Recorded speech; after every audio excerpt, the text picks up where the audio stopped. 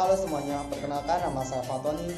Saya mahasiswa tingkat 3 dari Fakultas Ilmu Kesehatan Universitas Katolik Musikalitas. Pada kesempatan ini, Tony mendapatkan tugas yaitu untuk menjelaskan tentang konsep terapi komplementer COVID-19. Jangan lupa like, komen, dan subscribe.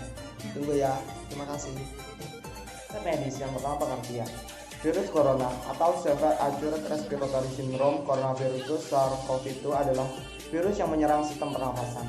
Coronavirus merupakan keluarga besar virus yang menyebabkan penyakit pada manusia dan hewan. Yang kedua ada etiologi. Dalam diagnosis awal dari rencana perawatan penyakit virus corona 2019 yang disusun pemerintah China, dideskripsikan etiologi COVID-19 didasarkan pada pemahaman sifat fisikokimia dari penemuan corona sebelumnya. Dari penelitian lanjutan tersebut menambahkan coronavirus tidak dapat dinonaktifkan secara efektif oleh chlorhexidine. Juga kemudian di definisi baru ditambahkan dalam nCoV-19 adalah genus B dengan envelope berbentuk bulat dan sering terbentuk pleomorph dan berdiameter 60-140% nm. Yang ketiga faktor risiko. Berdasarkan data yang sudah ada, yang pertama ada hipertensi, yang kedua diabetes mellitus, yang ketiga jenis kelamin laki-laki, yang keempat perokok aktif, yang kelima kanker, yang keenam kanker hati kronik, yang ketujuh ISPA. Manifestasi klinis. Manifestasi klinis pada pasien COVID-19 memiliki spektrum yang luas, mulai dari tanpa tanda gejala asimptomatik, gejala ringan, pneumonia, pneumonia berat, ARDS, sepsis hingga shock sepsis. Sekitar 80% kasus tergolong ringan atau sedang, 13,8% mengalami sakit berat, dan sebanyak 6,1% pasien jatuh ke dalam keadaan kritis. Yang kelima ada patofisiologi. Patogenesis SARS-CoV-2 masih belum banyak diketahui, tetapi juga tidak jauh beda dengan SARS-CoV yang sudah lebih banyak diketahui. Pada manusia, SARS-CoV terutama menginfeksi sel-sel pada saluran nafas yang melapisi alveoli. SARS-CoV-2 akan berikan dengan reseptor-reseptor dan membuat jalan masuk ke dalam sel. Glikoprotein yang terdapat pada envelope spike virus akan berikatan dengan reseptor seluler berupa ACE2 pada SARS-CoV-2 di dalam sel. SARS-CoV-02 melakukan duplikasi materi genetik dan mensintesis protein-protein yang dibutuhkan, kemudian membentuk viron baru yang muncul di permukaan sel. Sama dengan SARS-CoV, pada SARS-CoV-2 diduga setelah virus masuk ke dalam sel, genom RNA virus akan dikeluarkan ke sitoplasma sel dan ditranslasikan menjadi poliprotein dan protein struktural. Yang keenam ada komplikasi. Yang pertama, pneumonia, gagal nafas akut, acute respiratory distress syndrome atau ARDS, kerusakan hati akut, kerusakan jantung, infeksi sekunder, gagal ginjal akut, shock sepsis, disseminated intravascular coagulation atau DIC. Yang terakhir, rhabdomyolysis. 7. Diagnosis virus corona COVID-19. Guna untuk memastikan diagnosis COVID-19, tim kesehatan akan melakukan beberapa pemeriksaan sebagai berikut. Yang pertama, rapid test untuk mendeteksi antibodi IgM dan IgG.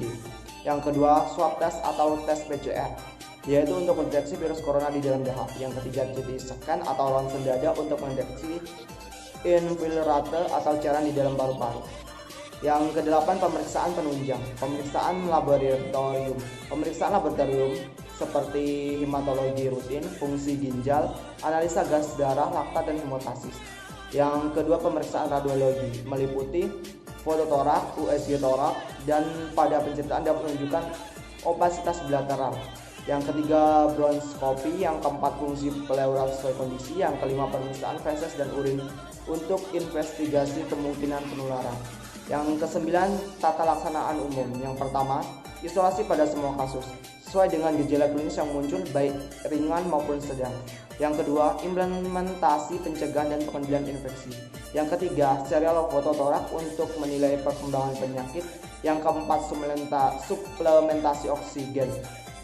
Pemberian terapi oksigen segera kepada pasien di stres pernapasan, hipoksemia atau shock. Terapi oksigen pertama sekitar 5 liter per menit dengan target SpO2 lebih dari 90% pada pasien tidak hamil dan lebih dari 92 sampai 95 pada pasien hamil.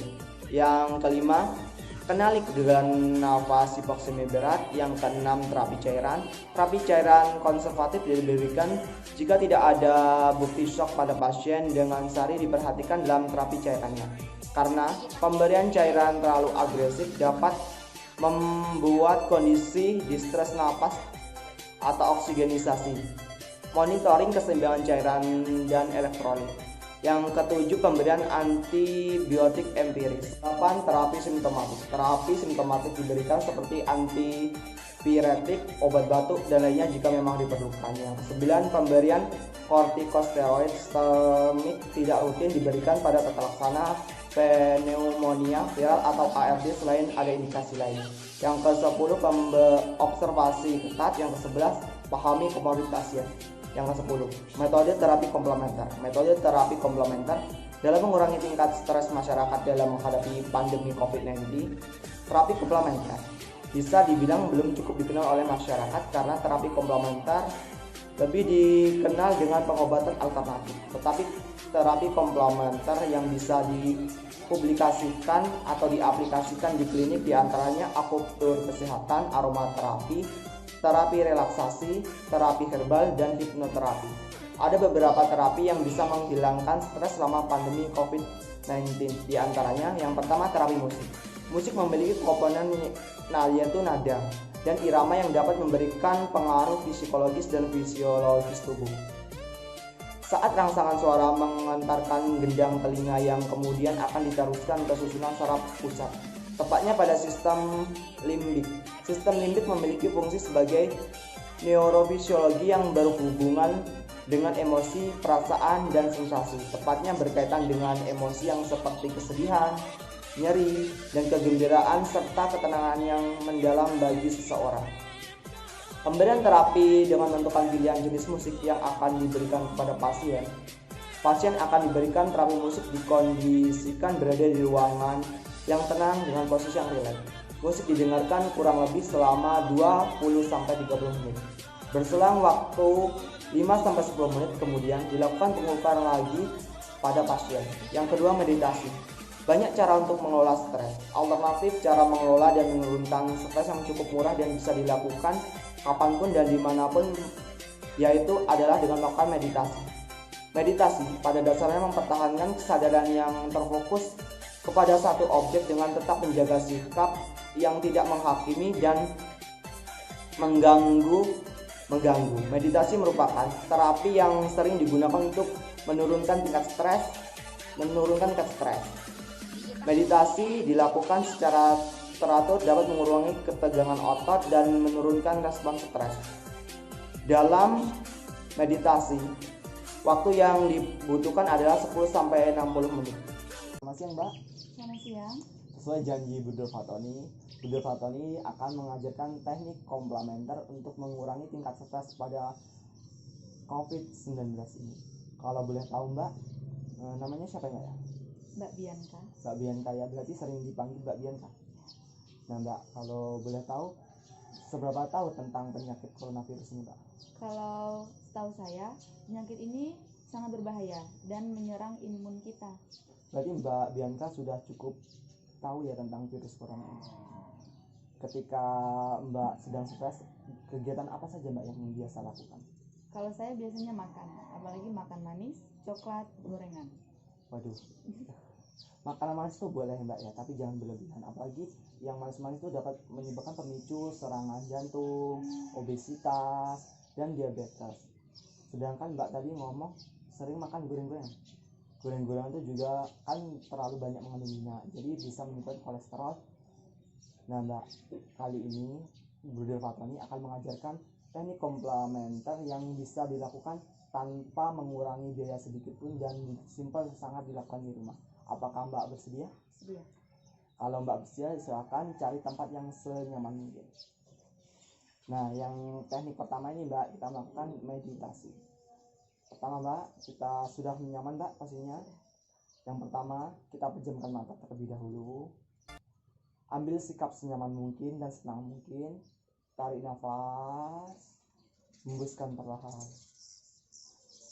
Tarik nafas, hembuskan perlahan.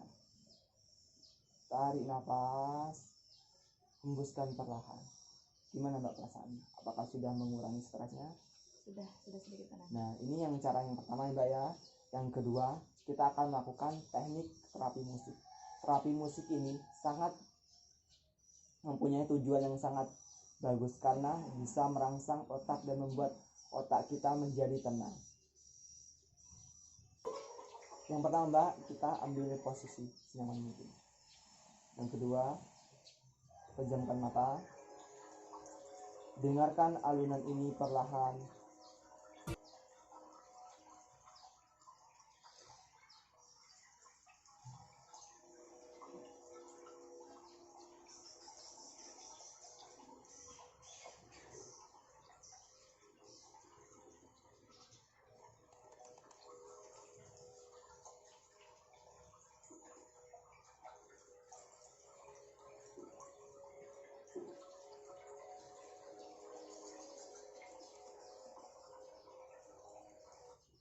Gimana Mbak perasaannya? Apakah sudah nyaman?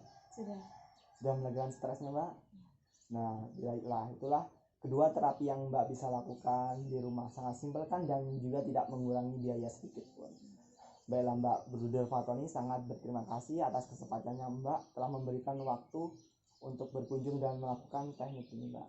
Ya, terima kasih kembali atas pengajaran tentang untuk mengurangi stres pada pandemi COVID-19. Saya ucapkan terima kasih juga Mbak ya.